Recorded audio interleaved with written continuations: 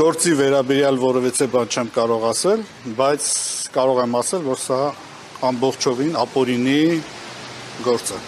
Ինչի կարող է հանգեցնել սա, արդյոք կարող է իրենք վիճակել վեհապարի տնօրինությունը կամ ԳՀԽ որևէ որոշում։ Ճիշտն ասած, չեմ կարող այս մարդկանց գործողությունները, քայլերը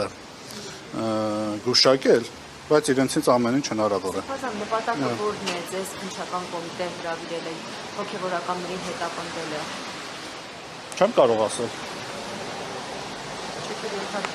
Ենթադրել շատ բան կարող եմ ենթադրել, բայց ինչի համար են կանչել, մինչև հիմա ես չհասկացա։ Իսկ այս քայլերը ընդհանրապես ինչու են իրենք իրականացում, որն է նպատակը հիմնական։ Եկեղեցին լրացնել, վախեցնել,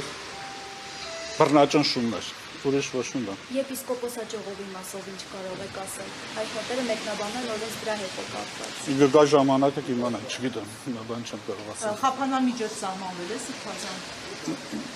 Այս բանի վերաբերյալ որևէ բան չեմ կարող ասել։ Իսկ կարգալուծության հետ կապված մի հարց կա, տեսակետ, որ եպիսկոպոսատ ժողովը պիտի վճռեր այդ հարցը եւ ոչ թե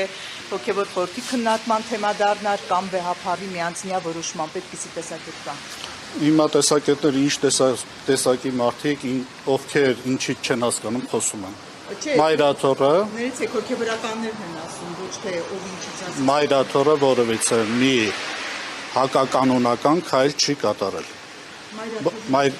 Ինչ մասն է։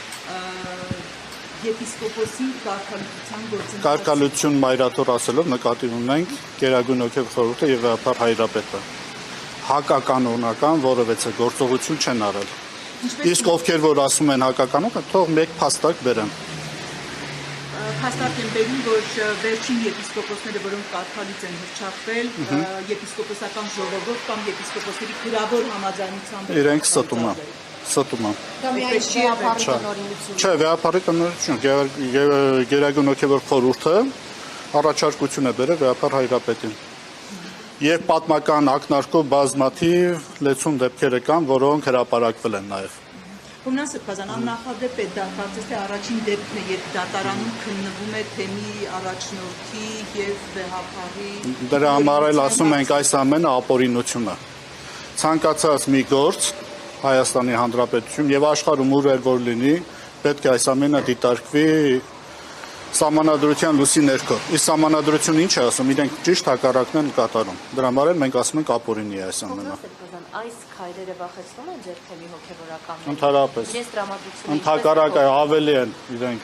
մարտական տրամադրված, մարտականը ճակատների մեջ։ Հոմնան Սրբազան, ձեզ համար հասկանալի է, ձեզ ինչու են ներգրավել այս գործում որպես մեղադրյալ, որտեղ դուք կարգալուծության եւ թեմի առաջ։ Ես հենց սկզբից ասեցի, մինչեւ այս պահը չգիտեմ ինչի համար։